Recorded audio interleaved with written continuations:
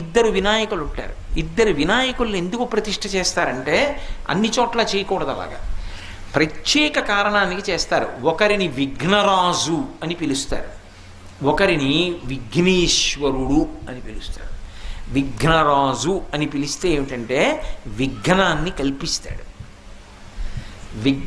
విఘ్నేశ్వరుడు అన్నారనుకోండి, విఘ్నాన్ని తీసేస్తాడు. విఘ్నాన్ని కల్పించడం కోసమని చెప్పి ప్రతిష్ఠ చేస్తారు ఒక్కొక్కసారి. ఏమిటి విఘ్నాన్ని కల్పించడం ఏమిటి అంటే, మీకు నేను తేలికగా అర్థం అవ్వడానికి ఒక ఉదాహరణ చెప్పాలనుకోండి. శత్రువులు దండయాత్ర చేసి వస్తున్నారనుకోండి, రాజ్యాన్ని కబళించడానికి వస్తున్నారు. పూర్వం మహారాజులు ఏం చేసేవారంటే విఘ్నరాజ ప్రతిష్ఠ చేసి పక్కన విఘ్నేశ్వర ప్రతిష్ఠ చేసి ఇద్దరికీ పూజ చేసేవారు. విఘ్నరాజ ప్రతిష్ఠ చేస్తే అవతల వాడికి ప్రతిబంధకం వస్తుంది, వాడి ప్రతిబంధకాన్ని కల్పిస్తాడు, వాడు దాటి ముందుకు రాలేడు, వాడికి ఏదో అడ్డొస్తుంది.